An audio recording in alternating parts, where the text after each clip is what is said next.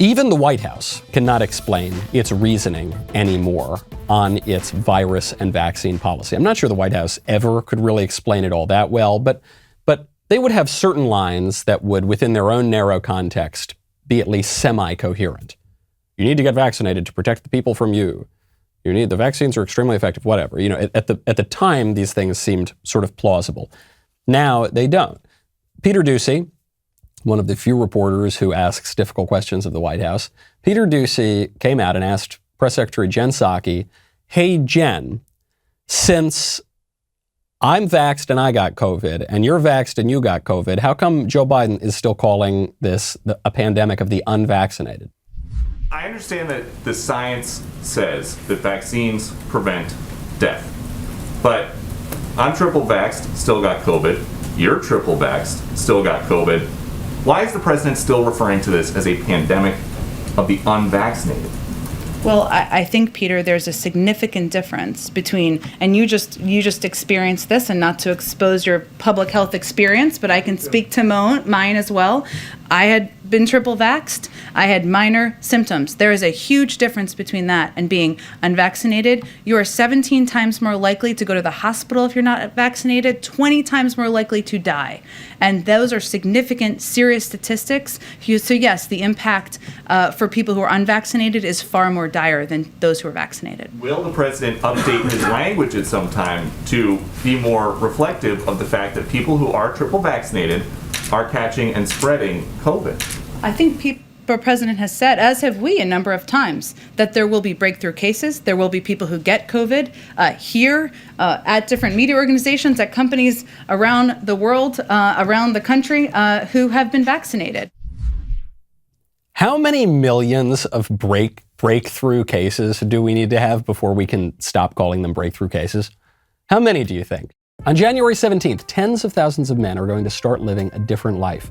That different life is going to help them turn away from eating too much, drinking too much, and spending too much time in the office. It's going to challenge them to stop ignoring their wives, children, or friends by putting a pause on their social media, turning off Netflix, YouTube, and sports. Men, if you desire freedom, true freedom from attachments, freedom to be a better husband, a better father, and a better man for others, I invite you to check out Exodus90.com/Michael. Starting January 17th, Exodus 90 will take men on a 90-day journey through the book of Exodus, taking them back to the fundamentals of the faith: prayer, self-denial, and brotherhood. Tens of thousands of men from all around the world will start Exodus 90 this year on January 17th, 2022, to journey through Lent and end on Easter Sunday.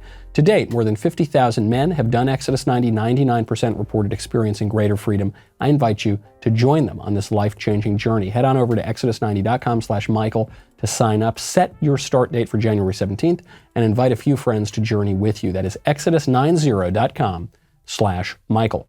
I'm thinking right now, just off the top of my head, of all my friends and family members who have gotten COVID. Some are vaccinated and boosted. Some are not vaccinated at all and won't go near the Fauci ouchie. I guess the majority of my friends and family who have gotten it have been vaccinated. And some people had serious symptoms, or relatively, by serious, I mean they were in bed for a couple days. And some people really had very mild symptoms, and there was really no rhyme or reason as to who had which sort of severity of symptoms between the unvaccinated, the vaccinated, and the boosted. But furthermore, speaking of symptoms, do you think Jenn Psaki threw her back out moving the goalposts like that? I hope she didn't. I hope she's feeling better, but that must have been very strenuous, because Peter Doocy asked a very simple question. Since people who have been vaccinated and boosted are contracting and spreading coronavirus, when is the president going to stop calling it a pandemic of the unvaccinated? And what did she say? She said, well, it's much worse for people who are unvaccinated. But that's not the question. We're talking about the pandemic. We're talking about people who are contracting and spreading a virus, and the virus is mutating, and it's contagious, and it's spreading throughout the country. And that's happening with vaccinated people as well as unvaccinated people. So why is Joe Biden lying and saying that it's only happening with unvaccinated people? She says, well, sure, there are some breakthrough cases. No, that's not what's going on. They're just everyone's getting it, lady. Everyone's getting this thing. Well, it's because Omicron is different. Yeah, okay, yeah, it's a variant. Viruses have variants, as they always do and always will and always were going to. So why are you still pretending that this is a virus that's only being contracted and spread by people who are unvaccinated? Well, it's a lot worse if you're okay. So they have nothing. So they have absolutely nothing, and they're deflecting. Hey, I'll make this quick. Ring the bell, please. That would be great. Ring the bell, subscribe, get those notifications. Really, if you want the notifications, head on over to Apple Podcasts, Spotify, Stitcher, Google Play, wherever you get your audio podcasts. Subscribe to The Michael Knowles Show. Leave a 5-star review. See you next time.